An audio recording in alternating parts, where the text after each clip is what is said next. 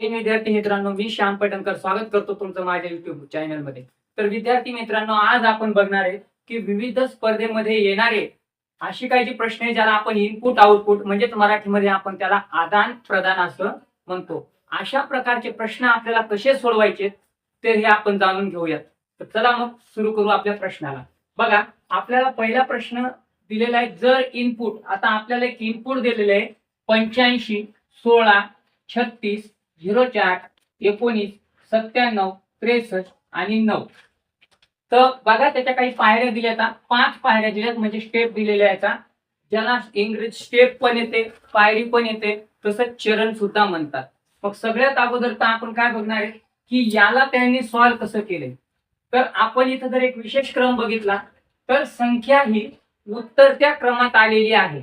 उत्तरत्या क्रमात म्हणजे सगळ्यात अगोदर तर मोठ्या संख्या घेतली आणि नंतर दशाला तसं मांडून दिले. परत या स्टेपचा आपल्याला काय करायचं आहे, सगळ्या स्टेप ह्या उत्तरत्या क्रमात लावायच्या. इकडून आपल्याला काय दिले, वरती असं दिलंय, सगळं तोडून मोडून दिले है ना.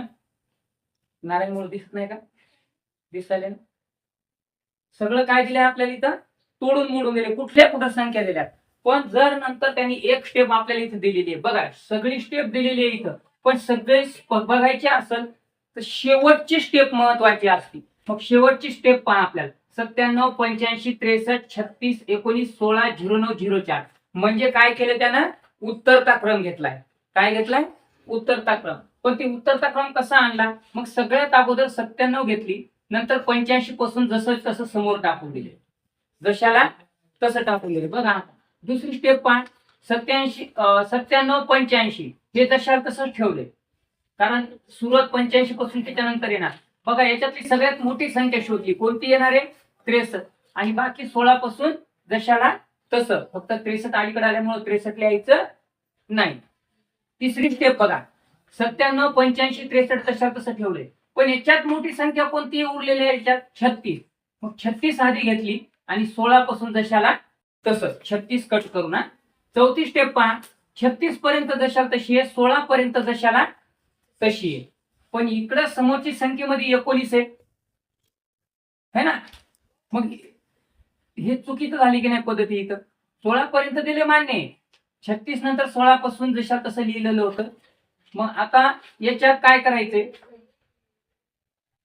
19, 16, 09, 04 याच्यात आपण घेतलंय 36 पासून. आता 36 नंतर 19 येईल, 19 इकडे आलं, पुढची संख्या तशा तशी. पाचव्या चरणात बघा, 97, 85, 63, 36, 19. आता 19 पर्यंत आपण आलतो. आता 16, 09 आधी येईल आणि 04 नंतर येईल. म्हणजे यानं काय केलंय की वरची सगळी जे तोडून मोडून दिलेले ते 5 गटात वर्गीकरण, 5 पायऱ्यात त्यानं काय केलेलं आहे, वर्गीकरण केलेलं आहे. सगळ्यात महत्वाचं म्हणजे त्यानं 5 स्टेप मध्ये त्यानं सोडून दाखवलंय. पण 5व्या पायरीहून आपल्याला असं कळतंय की दिलेली जी चेन असलेली आहे, जे इनपुट आहे, इंजिन इनपुट, ते इनपुट काय केलंय त्यानं, वरच्या याच्यातून उत्तरत्या क्रमात लावले. उतरता क्रम म्हणजे कसं, 10, 9, 8, 7, 6, 1 पर्यंत. चढता क्रम कोणता, 1, 2, 3, 4, 5. चढता लावायचं असतं तर सगळ्यात अगोदर काय आलेलं असतं माहितीये का, 0, 4 आलेलं असतं तिथं. याच्याहून आपल्याला समजते क्रम काय आहे, उत्तरता क्रम आहे. मग आता याच्यावर आधारित एक प्रश्न केलाय त्याने, आपल्याला दिलेलं आहे हे, आणि इथं लिहिले स्टेप 5च्या उजवीकडे चौथे काय असं. मग स्टेप 5 पहावर काय दिली, उतरता क्रम दिली, मोठ्याकडून लहान्याकडे. मग आपण याचे उत्तरत्याकडून लहान्याकडे पहिले क्रम तयार करून घेऊ. मग सगळ्यात मोठी संख्या किती येणार याच्यात, 32. तर सगळ्यात अगोदर लिहू आपण 32. 32 नंतर काय येईल, 30. 30 नंतर आहे मोठं कोणतं आहे, 25. 30 नंतर 30च्या खाली पुन्हा कोणतं आहे, 18. 18 नंतर 17. 17 नंतर 16, बरोबर ना. 16 नंतर 09, आणि 09 नंतर काय आहे, 06. या स्टेप न आलो आपण. आता त्याच्यानं समोरच्या स्टेप तशाच महत्वाच्या पाहिजेत. आपण बघा, आपल्याला स्टेप किती विचारली होती, याच्यापासून तयार होणारी 5वी स्टेप, पण घ्यायची कशावरून, वरच्या 5व्या स्टेप पासून, कळलं का. मग पहा आपण आता पाचवी स्टेप तयार केली. आता प्रश्न वाचा. स्टेप 5च्या उजवीकडे चौथे काय असेल? उजवीकडे चौथे मोजा. 1 2 3 4. काय आहे स्टेप?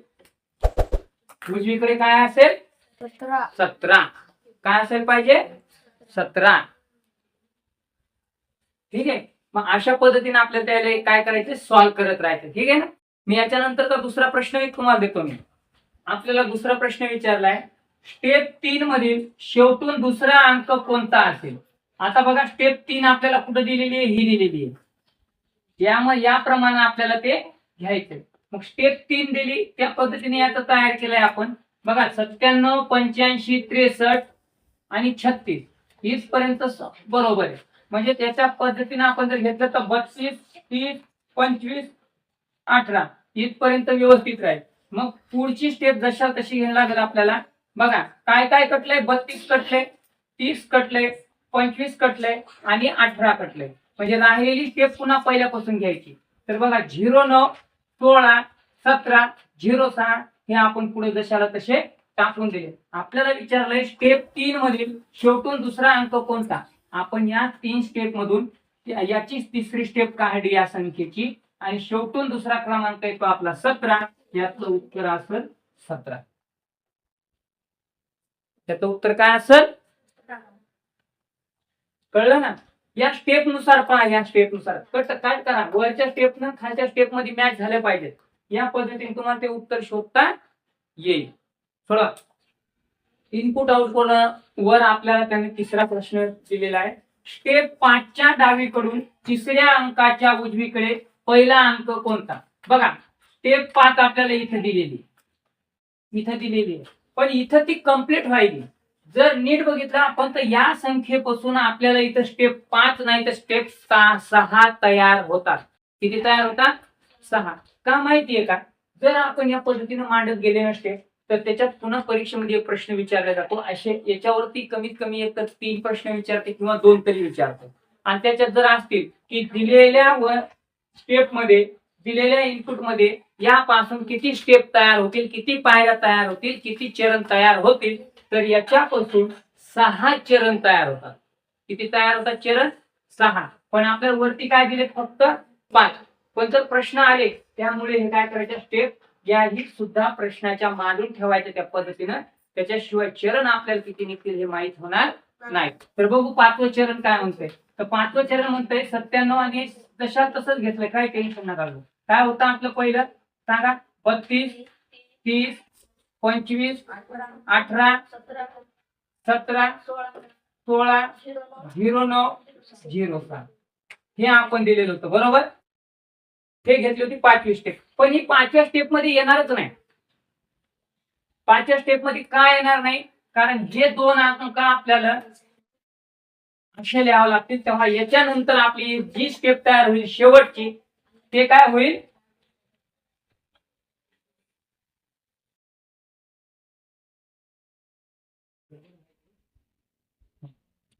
09 16 07.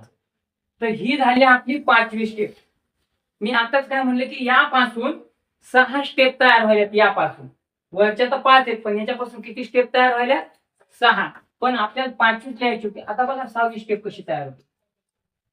32 30 25 18 17. 17च्या इथं नंतर 9 होते ना. गरज नाही. 16 09 07 ही आपली शेवटची 6वी स्टेप यापासून तयार होती. यापासून कळलं ना. पण आपल्याला प्रश्न काय केला? स्टेप 5च्या डावीकडून तिसऱ्या अंकाच्या उजवीकडे पहिला अंक कोणता? पहा स्टेप 5च्या डावीकडून तिसरं 1 2 3.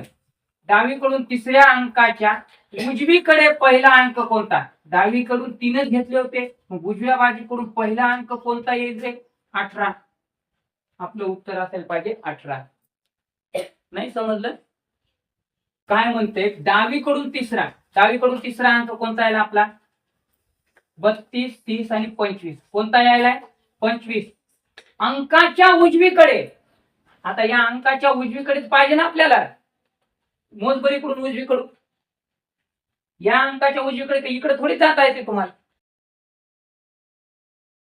अंकाच्या उजवीकडे इकडून येऊन लागणार. तर पहिला अंक कोणता राहील या अंकाच्या? 18 राहील. उजवी बाजू तिकडे झाली ना, सुरुवात डावीकडून केली पण उजवी बाजू तिकडे झाली ना, काय येईल? 18. आपल्याला इथं एक इनपुट आउटपुट दिलाय परत. तर इनपुट दिलाय आपल्याला गॉन आर टेक एन्जॉय ब्रॉट अँड स्टेशन. तर बघा आता काय लिहिले. स्टेप 1 दिली टेक गॉन आर एन्जॉय ब्रॉट ऑफ स्टेशन, टेक आर गॉन एन्जॉय. अशा प्रकारचे आपल्याला इथं काय दिलेले आहे? आता 4 स्टेप दिल्या. मग तसंच इनपुट आपल्याला खाली दिले. तर बघू आपण काय होईल. तर बघा स्टार घेतलं मी पहिले, याच्यावरून एक आपला अर्थपूर्ण वाक्य तयार करायचं आहे आपल्याला. तर बघू अर्थपूर्ण वाक्य तयार करण्यासाठी स्टार घेतले. Star car on quick demand fat जशा तसं लिहिले. स्टेप 2 तयार होईल. स्टार कार, आता ऑन आहे, ऑन नाही येणार ना, काय येईल? Quick on demand. आणि स्टेप 3 तयार होती इथं डायरेक्ट. यापासून 3 स्टेप तयार होतात बघा. स्टार कार क्विक, आता इथं ऑन नाही तर डिमांड ऑन. अशा पद्धतीने आपले काय तयार होतील? इथं 3च पायऱ्या तयार होतील. वरती 4 आहेत, इथं 3 तयार झाल्या. मग आपल्याला प्रश्न विचारला आहे की पायरी 3च्या डावीकडून चौथं काय असेल?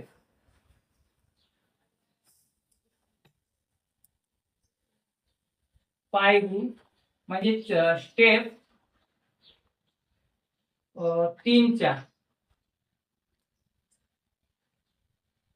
3च्या डावीकडून चौथं काय येईल? डावीकडून चौथे काय असेल? हा प्रश्न केलाय आपल्याला. स्टेप 3च्या डावीकडून चौथे काय असेल?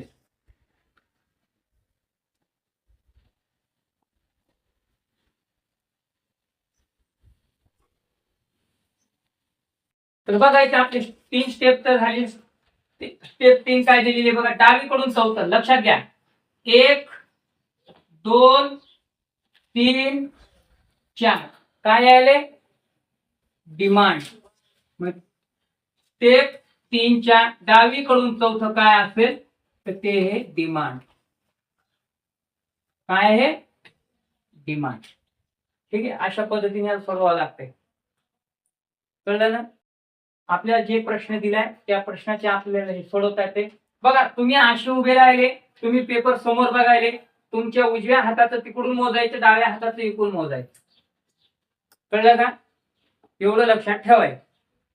डावीकडून इकडून घ्यायचं, उजवीकडून तिकडून घ्यायचं. आता डावीकडून उजवीकडे म्हणलं तर लगेच उजवीकडे तिकडल्याच बाजूची तिकडे जाण्याची संख्या पहिली घ्यायची, है ना? लक्षात घ्या. आता झालं